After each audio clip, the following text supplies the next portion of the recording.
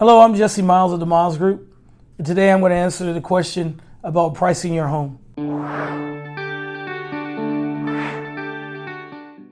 All right, when it comes to pricing your home, you really want to make sure that it's done correctly, because you really don't want your home to sit on the market for very long. When it comes to pricing, there's a couple things you want to think about. One is the condition of your home. You want to make sure your home is clean.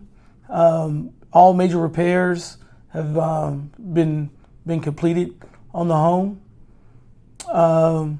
Another thing you want to think about is the location of your home. Compared to is it on a cul-de-sac, corner lot, in a desirable school district. Another thing to think about is the market. What's going on in the market? What is the market really dictating your home's value? All right. If you have any other questions concerning pricing your home, feel free to give me a call at the information provided below.